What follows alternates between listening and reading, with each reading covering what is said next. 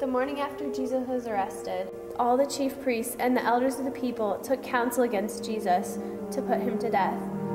Then they led him away, bound him, and delivered him to Pilate, the governor.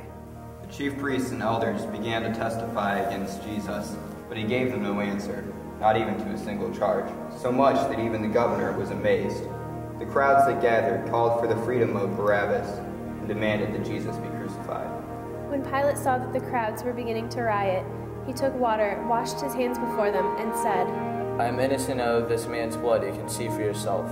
All the people answered, His blood be on us and on our children. The governor's soldiers gathered before him, stripped him of his clothing, put him in a scarlet robe, and crowned him with thorns. And they knelt before him, mocking him and saying, Hail the King of the Jews. And they took him away to be crucified. When they reached a place called Golgotha, they crucified him and hung a sign above his head that read, This is Jesus, King of the Jews. As he hung there, he cried out, Father, forgive them, for they know not what they do. For 3 hours the land was in darkness. When the sun was not shining, the curtain of the temple ripped in two. With his last breath, Jesus cried out, Father, into your hands I commit my spirit. And having said this, he breathed his last. Then a good and righteous man named Joseph asked Pilate for Jesus' body. He laid him in a linen shroud and put him in a tomb where no one had ever been laid.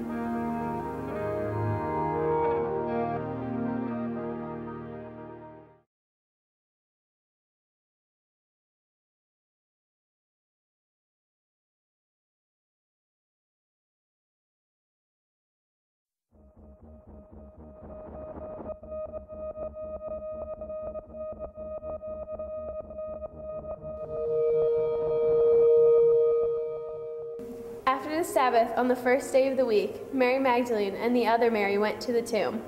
There was a violent earthquake, for an angel of the Lord came down from heaven. Going to the tomb, he rolled the stone aside and sat upon it. His appearance was like lightning, and his clothes were white as snow. The guards were so afraid that they shook and were like dead men. He said unto the woman, Do not be afraid, for I know you have come to see Jesus who is crucified.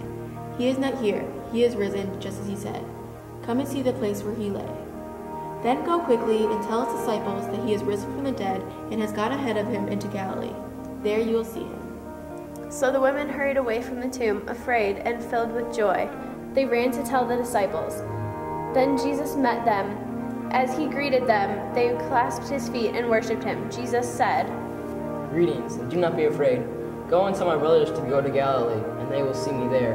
While the women were on their way, some of the guards returned to the city and reported to the chief priests of everything that had happened. After the chief priests had met with their elders and devised a plan and gave the soldiers a large sum of money, telling them, Just tell the others that his disciples came and stole his body away in the night while you were sleeping. If this report gets to the governor, we will satisfy him and keep you out of trouble. So the soldiers did as they were told.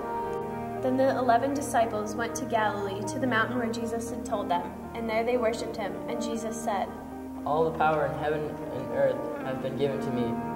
Therefore, go and make disciples of all nations, baptizing them in the name of the Father, and the Son, and the Holy Spirit, and teach them to obey what I have commanded you.